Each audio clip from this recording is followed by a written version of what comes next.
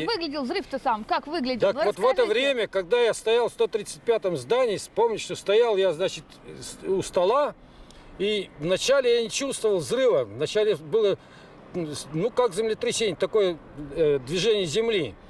Но тут мгновенно все полетело, значит, окна полетели, все полетело. Дверь, меня вместе с дверью выбросил на улицу. Вот я когда соскочил, значит, с двери с этой, забежал в свое здание, встал в угол, думаю, хоть что-нибудь мне не упало в голову. Вот я стоял в углу, так, не знаю сколько минут, взялся за телефон, хотел позвонить, там было 3 телефона, все 3 телефона молчали. Я, значит, постоял и думаю, надо бежать. Выбежал из здания, ничего не видно, кругом пыль. Я, значит, обратно вернулся, еще немножко постоял и думаю, нет, надо бежать. И вот я, значит, тут набрался смелости и побежал. Когда Как были, в чем были прямо? Да. Значит, когда пробегал мимо 121-го здания, начальник смены, как он мне рассказывал, его взрыв застал, когда он заходил в здание. Его, значит, волной, видимо, втолкнул в здание. Он увидел меня, что я бегу, кричит, куда? Я говорю, за мной. И вот мы с ним вместе добежали до 170-го здания, стали за угол и вот наблюдали за этой тучей. А вы что, не знали, что вы можете дозу получить?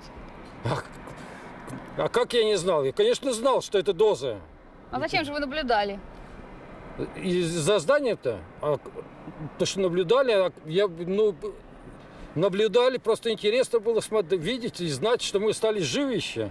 Он когда подбежал, я говорю, Валера, я говорю, ну мы еще с тобой счастливы, что, говорю, живы остались. Что нас не пришлось искать вместе с этими камнями, потому что нас от взрыва минут 5-10 времени разделило всего. Сколько вы получили рентген? Я вам уже говорил, что у меня таких данных не было, но когда вот я встречался с японцем, он мне первый задал вот такой вопрос. Какую вы норму взяли? Я говорю, у меня таких данных нет, но Эдуард Серафимович Котов говорит, я сейчас вам объясню. Он мне сказал так ему, что он взял 50 рентгенов за один раз и около 100 норм в себя. А вы с удовольствием вспоминаете то время? Или у вас есть какие-то проблемы? А какие может быть здесь удовольствия? Какие может быть здесь, какие здесь никаких удовольствий не было. И никакого страха тоже не было. Вот как-то так получилось все это внезапно, что ни страха, даже не разберешь, что было с тобой. Ну, а льготы-то какие-то вы получили после ваших рассказов? Вы же свидетели, в общем, того, что произошло. Никаких льгот я здесь на заводе не получил.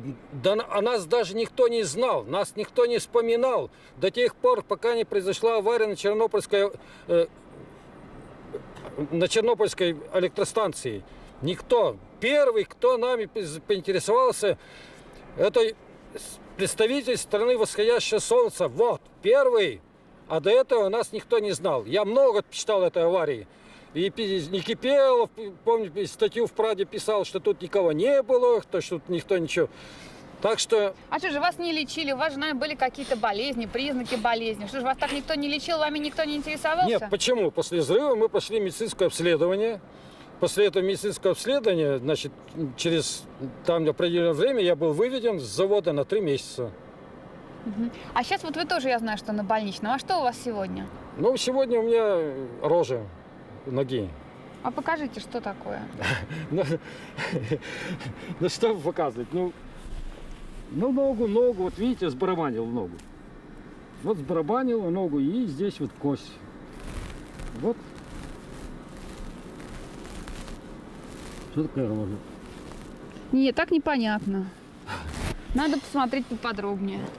А часто у вас бывает рожа? Это второй раз повторилось на этой ноге.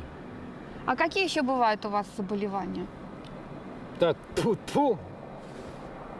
Но я стою на учете как гипертоник 26 лет. Но я хочу сказать, что за 26 лет я не был ни разу как гипертоник в больнице. За 26 лет я как гипертоник не получил ни одного бюллетня. За 26 лет я ни разу не выпил 26 таблеток как гипертоник. Хорошо, так а за что тогда вам давать льготы? Только за то, что вы стояли около дома и смотрели? Я не знаю, заслужил я эти льготы, не заслужил. Но я всегда слышу и читал вот про Чернобыльскую аварию, что там люди пользуются льготами. А какие же мы льготы получили, когда, значит, у меня выбросили всю постель, значит, всю мою одежду из дома. Так нам хотя бы заплатили вот за штаны за наши, за постель. Мы никаких льгот абсолютно не получали. И сейчас не получаем. Я могу только сказать, что проработав вот здесь, я работаю 42 год, за 42 года, вот как со мной поступали. Я здесь работал по 7 разряду, с меня орден повесили, я уже это повторяюсь, с 7 посадили на 6. Значит, работал, с 6 посадили на 5. Даже я... Ну, если бы я был какой-то такой, что я не работал, не умел работать, я даже не знаю, я не могу даже объяснить это. Вот все мои льготы здесь. А на пенсию вы не хотите идти? Я бы с удовольствием на пенсию ушел, но на пенсии как жить? А сколько Жить. вы получаете сегодня? Вот получал до этого я 4700 пенсий, вот последнюю получил 9200. А что вот самый последний вопрос? Вот самое страшное из всех вот из этого воспоминания о взрыве для вас? Что самое страшное? Самое страшное это то, чтобы не повторились вот такие еще взрывы. Чтобы люди не облучались. Ведь сколько здесь людей облучилось. Какие здесь люди дозы получали. Это ведь только, я не знаю, кто знает. Мы-то мы знаем, потому что мы здесь работали. И представьте себе, что после взрыва, когда произошел взрыв, ведь тут самым первым появились это из МГБ, 2 товарища. Еще никого не было, они нас уже заставили писать объяснительные, потому что негде было объяснитель писать, потому что кругом было завалено стекла, все столы были завалены стеклом.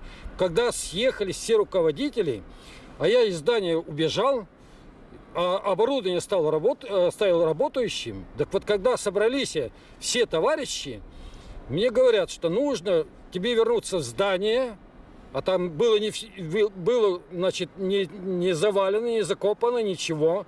Вернуться в здание, отключить оборудование, сбросы перевести на старое болото. Что я и сделал. Я вернулся в здание. В здании было все разрушено.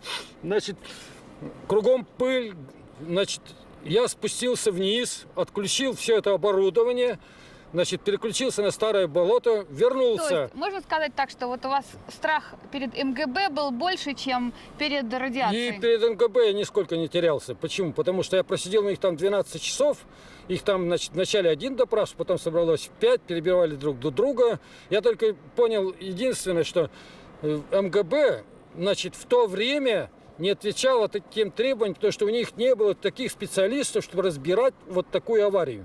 А можно один вопрос, Ань? Пожалуйста. Вот как вы считаете, что страшнее, вот тогда взрыв или сейчас вот эта вот жизнь, которую... Сейчас вот теперь есть жизнь. Я вам могу, знаете, сказать как? Про теперешнюю жизнь. Жизнь это вот все. Вот деревья живут, мы вот с вами все живем, зайцы вот здесь бегают, живут. Но надо, прежде чем знать жизнь, вот мою человеческую жизнь, надо нужно знать душу человеческую. А вот моя душа, я могу сказать сейчас так, стихами неизвестного поэта. Вот душа, моя душа, что с тобой сталось? Все глубже отчуждение от людей. Порой и сам я чувствую усталость от суеты, людей, локтей, врачей, бледей, очередей. Вот какая моя душа. Спасибо. Вот, отлично. Покажите еще раз. Вот видите, ну вот видите, она как, насколько толще этой ноги моей. Так, и, конечно, вот здесь все сдулось, все воспалилось. Вот. А вы сказали, что на этой